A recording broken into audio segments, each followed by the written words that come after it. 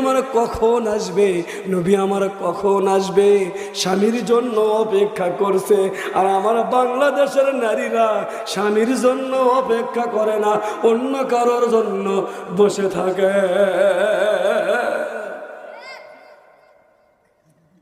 কইবেন হুজুর কেন এ কথা আপনি কইলেন কে? গতকাল জামালপুরে জামালপুরে 2 তারিখে মাহফিল ছিল। মাহফিল থেকে আসার পরে একজন ভাই সৌদি আরব থেকে আমার ফোন দিয়েছে, ভাই আপনার ওয়াজ ভালো লাগে তাই আপনাকে ফোন দিলাম। একদিন ভালো কথা বললো, 2 দিন 3 দিন পরে করছে ভাই আপনার সাথে কিছু গল্প করতে চাই।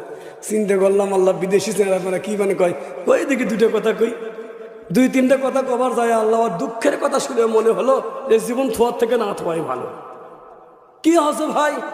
হুজুর 9 বছর থেকে বিদেশ করি, একটা ছেলে একটা মেয়ে আমার। মাঝখানে ছুটিতে আসছিলাম একবার হুজুর, এরপরে আবার আসছে, আর যাই নাই, নিয়ত করছি একবারে চলে যাবো। চলে যাওয়ার কথা শুনে আমার বউ ফোন ধরিচ্ছে না, 19 দিন হলো।